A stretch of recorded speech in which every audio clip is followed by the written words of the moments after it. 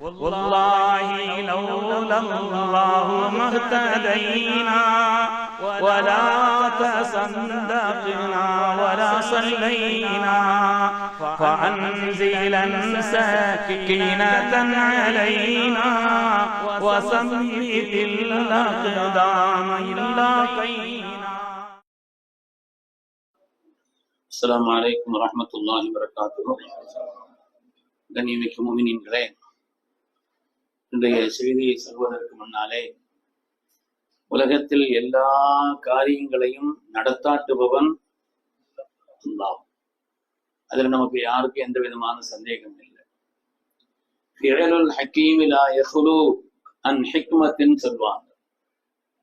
ஒரு நுட்பமானவனுடைய செயல் ஒரு நுட்பத்தை விட்டும் நீங்கி இருக்காது. இந்த காரியத்தை அல்லாஹ் செய்யறான்னு சொன்னா அதுல ஏதாவது ஒரு நுட்பம் இருக்கும். ஏன் இந்த காரியம் நடந்துச்சுன்னு தெரியாது, ஆனா அதுக்கு அல்லாஹு தஆலா ஒரு நுட்பத்தை வைத்திருப்பான். இந்த ஹஜ்ரத் யூசுப் அலைஹிஸ்ஸலாம் அவர்கள் சம்பந்தப்பட்ட அந்த சூரா ஓதப்பட்டது. யூசுப் அலைஹிஸ்ஸலாமுடைய வாழ்க்கையில பல்வேறு சம்பவங்கள். அல்லாஹு தஆலா அவங்கள மிஸ்ர் தேசத்தினுடைய அதிபதியாக ஆக்கணும்னு நினைச்சான். அதுக்கு அல்லாஹ் என்ன செய்தான்? நீங்க சிறை உடைச்சிட்டு வெளியே வாங்க அப்படின்லாம் ஒண்ணும் சொல்லல. அதுக்கு அல்லாஹ் செய்த செயல் என்னன்னா, அந்த மன்னருடைய கனவு, மன்னருக்கு ஒரு கனவு வந்துச்சு. அந்த மன்னருடைய கனவு தான் இவரை அரசராக ஆக்கியது. கனவு வந்ததுனால கனவுக்கு விளக்கம் தேடினாரு. கனவுக்கு விளக்கம் சென்றது கேட்ட உடனே அங்க இருந்தால் ஆஹா இப்படி ஒரு ஆள் சொன்னாரு. அந்த சம்பவம் எல்லாம் நடந்ததுக்கான காரணம் அந்த கனவு தான். அதனாலே அல்லாஹு தஆலா ஒருவரை அரசனாக்குவதற்கு நியமித்தான். அதற்கு அல்லாஹ் செய்த செயல் எதுங்க? ஒரு கனவு. அது மாதிரி அல்லாஹ்வுடைய உலகத்தில் நடக்கக்கூடிய எந்த காரியமானாலும் அது ரப்பினுடைய நாட்டத்தை கொண்டுதான் நடக்கிறது என்று சொன்னாலும் கூட, மனித வாழ்க்கையிலே, மனித வரலாற்றிலே, தனி மனித வாழ்க்கையிலும் சரி, குடும்பத்திலும் சரி, நிறுவனங்களிலும் சரி, ஒரு சமூகத்திலும் சரி, அதிக அறிமுகம் இல்லாத ஒரு நபர் நல்ல மாற்றங்களின் முடிவுக்கு காரணமாக இருப்பார். கவனிங்க, நல்ல முடிவுகள் ஏதாவது ஏற்படுறதுக்கு அவர் காரணமா இருப்பார். ஆனா அறிமுகம் இல்லாம இருப்பார், வெளியில தெரியாது. யூசுப் அலைஹிஸ்ஸலாமுடைய வரலாற்றில 2 இடத்துல அல்லாஹ் ஒரு செய்தியை சொல்கிறான். 2 இடத்தில். முதலாவது அல்லாஹ் தஆலா சொல்கிறான், கால காயிலும் மின்ஹும், அந்த கூட்டத்திலிருந்து ஒருவர் சொன்னார். சகோதரர்கள் இருந்தார்களே, அந்த சகோதரர்கள்ல ஒரு ஆள் சொன்னாரு, லா தக்துலு, எப்பா அவர் கொலை செய்ய வேணாம்ப்பா அப்படின்னு சொன்னாரு என்று அல்லாஹ் சொல்கிறான். வேறொரு இடத்தில் அல்லாஹ் தஆலா இவரைத்தான் அல்லாஹ் சொல்கிறான், கால கபீருஹும், அவர்களில் மூத்தவர் சொன்னார், அலம் தஅலமு அன் அபாக்கும் கத் அகத அலைக்கும் மௌசிகம் மினல்லாஹி லததுன்னனி பி இல்லா யுஹாத பிக்கும். நம்முடைய தகப்பனாற்ற நாம் ஒரு ஒப்பந்தம் செய்துட்டு வந்தோமே, நாங்க புன்யாமீனை கூப்பிட்டுட்டு போறோம், பத்திரமா கூப்பிட்டு வந்துருவோம் அப்படின்னு நம்ம சொன்னோமே. இன்னைக்கு இங்க ஏதோ ஒரு நிகழ்ச்சியில புன்யாமீன் இங்கே பிடித்து வைக்கப்பட்டிருக்கிறார். அவர் வரல. அவர் இல்லாம நம்ம தகப்பனாற்ற போறது முறையா தெரியல. நீங்க யார் வேணாலும் போங்க, ஆனா நான் வரமாட்டேன், புன்யாமீன் வராமல் நான் வரமாட்டேன்னு சொன்னார். இந்த 2 பேரும் ஒரே ஆள் தான். அப்ப அதற்கு யூசுப் அலைஹிஸ்ஸலாமுடைய வரலாற்றிலே கொலையில் நிகழ்த்தப்படாமல் இருந்ததற்கான காரணமும் இவர்தான். ஆனா வெளியில ரொம்ப அறிமுகமான ஆளோ அந்த பேர் சொல்லி எல்லாம் சொல்லல. அது மாதிரி இதற்கு புன்யாமீன் அவர்கள் மீட்கப்படுவதற்கும் திரும்பி அதற்கு யூசுப் அலைஹிஸ்ஸலாம் கிடைக்க பெறுவதற்கும் எல்லாம் நல்ல சூழல் அமைவதற்குமான காரணமா அமைந்ததும் அந்த மிஸ்ர் தேசத்தை விட்டு அவர்கள் செல்லாமல் அங்கு இருந்ததுதான் காரணம். புன்யாமீன் அனுப்பிச்சு வச்சுட்டாருன்னு வைங்க, அது கூட இன்னும் அங்க ஒண்ணு போக வேண்டாம் அப்படின்னு நினைச்சிருக்கலாம். அதனால அங்கே புன்யாமீன் அவர்களை மீட்டு வரும் வரை நானும் இங்கிருந்து வரமாட்டேன், நீங்க எல்லாரும் போங்க அப்படின்னு சொல்லி அங்க இருந்தார் இல்லையா. இதுதான் புன்யாமீன் அவர்களை மீட்டுவதற்கும் யூசுப் அலைஹிஸ்ஸலாம் திரும்ப கிடைப்பதற்கும் காரணமாக இருந்தார். பெருமையான பெருமக்களே, நம்முடைய வாழ்க்கையிலே, நம்முடைய குடும்பத்திலையும் சரி, தனி மனிதனுடைய வாழ்க்கையிலையும் சரி, சமூகத்திலையும் சரி, ஒரு கம்பெனிலையும் சரி, ஒரு கம்பெனிலையும் சரி, ஒரு இன்ஸ்டிடியூட்ல எதுலையா இருந்தாலும் சரி, நல்ல மாற்றங்கள் ஏற்படுவதற்கு யாராவது ஒரு ஆள் ரொம்ப அறிமுகம் இல்லாம இருப்பாரு. ஆனா அதற்கு காரணமா அவர் இருந்திருப்பார். கொஞ்சம் யோசிச்சு பார்த்தா நம்ம வாழ்க்கையில எப்படி நிறைய சம்பவம் இருக்கும். நான் என் வாழ்க்கையை பத்தி சொல்றதா இருந்தா ஒரு 2 மணி நேரம் சொல்லுவேன். எனக்கு அப்படி சம்பவங்கள் நிறைய இருக்குது. நாம இப்ப அந்த பயம் அந்த நோக்கம் இல்லையா எங்க.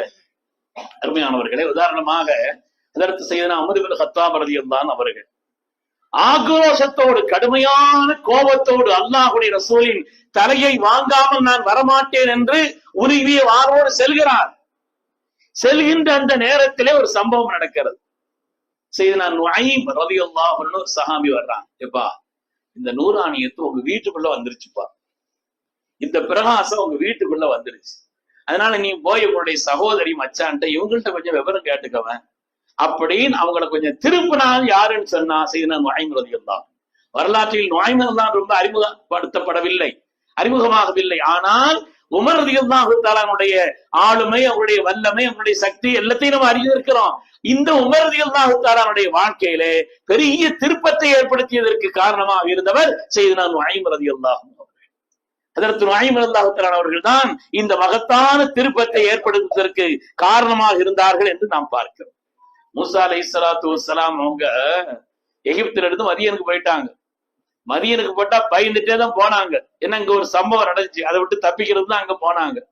அங்க போன நேரத்துல நிறைய பேர் தண்ணி எடுத்துட்டு இருந்தாங்க. ஒரு 2 பொம்பளைக்கு ரொம்ப ஒதுங்கி போய் நின்னாங்க. ரொம்ப சிரமப்பட்டு நிக்கிறாங்களேங்கிறதுக்காக அவங்களுக்கு வந்து தண்ணி எடுத்து கொடுத்தாங்க. இவங்களுக்கு எந்த நிலையும் இல்லை. தண்ணி எடுத்து கொடுத்து விட்டு, ஆனா இவங்களுக்கு உண்டான அவையை இன்னும் கிடைக்கல. இப்படிப்பட்ட நிலையில் தான் அந்த 2 பெண்களில் ஒருவர் வீட்டுல போய், அவங்க ஷுஐப் அலைஹிஸ்ஸலாமுடைய மகள் வீட்டுல போய் சொன்னாங்க, இந்த மாதிரி ஒரு ஆளு ரொம்ப நல்ல மனுஷரு, உயர்ந்த குணத்துக்கு சொந்தக்காரர், ஒரு நல்ல மனிதராக இருக்கிறார், நம்ம அவரை வேலைக்கு எடுத்துக்கலாமே அப்படின்னு சொன்னாங்க. முதல்ல அதற்கு யூசுப் அதற்கு செய்தனா மூசா நபி அலைஹிஸ்ஸலாத்து வஸ்ஸலாம் அவர்களுக்கு தண்ணீர் எடுத்து யாருக்கு கொடுத்தார்கள் அந்த பெண்மணி போய் அங்க சொன்ன காரணத்தினாலே இவர்களுக்கு வேலை கிடைத்தது, அடைக்கலம் கிடைத்தது, பயமில்லாத வாழ்க்கை கிடைத்தது, குடும்பமும் அது மேன்மை பெறுவதற்கு காரணமா இருந்துச்சு. ஆனால் அந்த திருப்பத்துல அந்த பெண்மணியினுடைய அந்த சொல் தான் அடிப்படையாக இருந்தது. வரலாற்றில் நம்முடைய வாழ்க்கையில எங்கூட எத்தனையோ நிகழ்வுகள், அறிமுகம் இல்லாத சில பேர் அவங்க செய்த மகத்தான உதவி என்பது வாழ்க்கையில பெரிய திருப்பம் ஏற்படுவதற்கு காரணமாக இருக்கும் என்பதையும் பார்க்கிறோம். எத்தனையோ பேர், ஒரு நண்பர் பயணத்தில் யாராவது சொல்லியிருப்பாங்க, ஒரு ஆலோசனை சொல்லியிருப்பாங்க, தம்பி நீ இதை எடுத்து படிப்பா, நீ நல்லா வருவ அப்படின்னு சொல்லுவாங்க. நீ இந்த வேலைக்கு போப்பா, அவனுக்கு பொருத்தமா இருக்குன்னு சொல்லுவாங்க. ஏதாவது ஒரு நல்ல பொருத்தமான வேலை வெளிநாடுகள்ல அல்லது பொருத்தமான நல்ல கம்பெனிகள்ல ஒரு ஜாப் கிடைக்கிறது அவர் காரணமா இருந்திருப்பாரு. எத்தனையோ பேர் இப்படி அறிமுகம் இல்லாத எத்தனையோ பேருடைய ஒரு உதவி, உண்மையானவர்களே, ஒரு ஆள் இருந்திருப்பாரு, அவருக்கு ஒரு நல்ல பார்ட்னர்ஷிப் கிடைச்சிருப்பாரு, அதனால அவர் என்ன செய்வாரு, ஒரு கம்பெனி இருக்கும், விசுவாசமான ஊழியருக்கு கிடைக்கிறார், அப்ப அந்த கம்பெனி உயர்வதற்கு காரணமா இருக்குது. வெளியில பார்த்தா முதலாளி இருக்கிறாரு, ஜாபா நடக்குது, அது அப்படித்தான். ஆனா விசுவாசமான எத்தனையோ ஊழியர்கள் நம்ம அனுபவத்திலையும் பார்த்திருக்கலாம். பார்த்தா ஒரு இடத்துல போனா சில பொருளை வாங்காம வர முடியாத இருக்கிற சில பேருடைய அணுகுமுறைகள் தான், இது எடுங்க ரொம்ப நல்லா இருக்கு அப்படி இப்படின்னு எதையாவது சொல்லி தலையில கட்டி விட்டுருவாங்க, பாக்குறோம் இல்லையா? விசுவாசமான அந்த கம்பெனிக்கு விசுவாசமான ஒரு ஊழியர் கிடைத்த காரணத்தினாலே அந்த கம்பெனி எங்கேயோ உயருக்கு செல்லும். அது மாதிரி வாழ்க்கையில் எத்தனையோ நமக்கு தொடர்பில்லாத, அறிமுகம் இல்லாத நண்பர்களோ, ஒரு தனி மனிதரோ, அது மாதிரி ஒரு வீட்டுக்கு நல்ல மருமகம் வந்துட்டாருன்னு வைங்க, எத்தனையோ குடும்பத்துல நல்ல மாற்றம் வந்துடுது. ஒரு நல்ல மருமகம் வந்துட்டான்னு வைங்க, எத்தனை குடும்பத்துல நல்ல மாற்றம் வருது. ஒவ்வொரு ஆளும் ஏதோ ஒரு சம்பவத்தை நினைக்கிற மாதிரி தெரியுது. குடும்பத்துல ஏதாவது நல்ல மருமகம் வந்துட்டாரு, நல்ல மருமகம் வந்து சேர்ந்துட்டாங்க, அதுக்கு நேரம் மாற்றமா ஏதாவது மோசமா இருந்துச்சுன்னா அதுவும் மோசமாயிரும், அது வேற விஷயம். ஆனால் அப்படி ஏதாவது ஒரு மனிதருடைய தொடர்பினால் உலக பெரிய மாற்றங்கள் தனி மனித குடும்ப ரீதியான நம்முடைய கம்பெனிகளிலே, அது மாதிரி நம்முடைய இன்ஸ்டிடியூட்டுகளிலே, நம்முடைய சமூக அமைப்பிலெல்லாம் மாற்றம் என்பதை பார்க்கிறோம். அருமையான பெருமக்களே, மதீனா உன்னதமான வாழ்க்கை கிடைத்தது. ஸல்லல்லாஹு அலைஹி வஸல்லம் அவங்களுக்கு, சஹாபாக்களுக்கு. தாயிப் ஒரு வகையில தோல்வி, ஒரு வகையில மதீனா முனவ்வராவுடைய வாழ்க்கை மகத்தான வாழ்க்கை. இஸ்லாம் இந்த உலகத்திலே ஜொலிப்பதற்கும் அது மேன்மை பெற்று திகழ்வதற்கும் மதீனா முனவ்வராவுடைய வாழ்க்கை தான் அடிப்படையான காரணம்ங்கிறது எல்லாரும் நம்ம அறிஞ்சிருக்கிறோம். ஆனால் அந்த மதீனா முனவ்வராவுடைய வாழ்க்கையின் இப்படிப்பட்ட மகத்தான செழுமை மிக்க வாழ்க்கை கிடைப்பதற்கு காரணமாக இருந்தால் ஒரே ஒரு ஆள் தான். காரணமாக இருந்தால் உலகத்திலே நாம் மறக்க கூடாத மா மனிதர் செய்தனா அஸ்அத் இப்னு ஸுராரா ரலியல்லாஹு அன்ஹு. அஸ்அத் இப்னு ஸுராரா ரலியல்லாஹு அன்ஹு அவங்கதான், அதாவது மதீனால ஒரு பிரச்சனை, ஹவுஸ் ஹஜரத் கூட்டத்துக்கு மத்தியில பிரச்சனை. அந்த பிரச்சனையை தீர்க்கிறதுக்காக வேண்டி மக்காவில் உள்ள யாராவது பெரிய அறிஞர்களை கூட்டு போவாங்க. போய் இவங்க போய் அதை சமாதானம் பண்ணி வச்சு அவங்க பேசினா இவங்க சொன்னா கேட்டுக்குருவாங்க. அறிவார்ந்த ரீதியில இவங்க சில காரியங்கள்லாம் சொல்லுவாங்க. இப்படிதான் ஒரு நடைமுறை அங்க இருந்துச்சு. ஒரு தடவை ரொம்ப பெரிய பிரச்சனையான உடனே இந்த 2 கூட்டத்தில் இருந்து 3 பேருக்கு வந்தான். வந்து இது மாதிரி எங்களுக்கு மத்தியில சண்டை ரொம்ப பெருசா போச்சு, பரமையாகி பல கொலைகளுக்கு காரணமாயிடுச்சு, அதனால எங்களை சரி பண்ணி வைக்கணும் நீங்க அப்படின்னு சொல்லி இங்க வந்து கூப்பிட வந்தாச்சுன்னு, நாங்க ஏற்கனவே ஒரு பிரச்சனையில முடிச்சுட்டு இருக்கோம், ஏற்கனவே நாங்க வேற ஒரு பிரச்சனையை முடிச்சுட்டு இருக்கோம். முகம்மதுன்னு சொல்லி ஒரு ஆள் தன்னை நபிங்கிறாங்க, அவங்களுடைய வருகையினால மக்காவினுடைய ஒரு நிலையிலே மாற்றி நாங்க எந்த பிரச்சனையில் இருக்கிறோம், இவங்க யாருன்னு கேக்குறாங்க வந்தவங்க.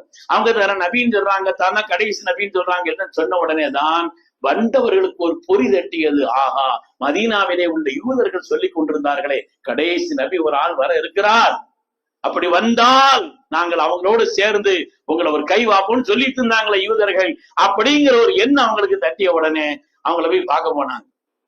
இந்த 6 பேரும் போறாங்க. போன உடனே கண்மணி முஹம்மது ரசூலுல்லாஹி ஸல்லல்லாஹு அலைஹி வஸல்லம் தன்னுடைய நுபுவத்தினுடைய நிலைகளை சொல்லி அவங்கள தீனின் பக்கம் அழைச்சாங்க. அப்ப வந்தவங்க சொன்னாங்க, நல்லதான் இருக்குது, ஆனா நாங்க வேறொரு பிரச்சனைக்காண்டி இங்க வந்திருக்கோம்.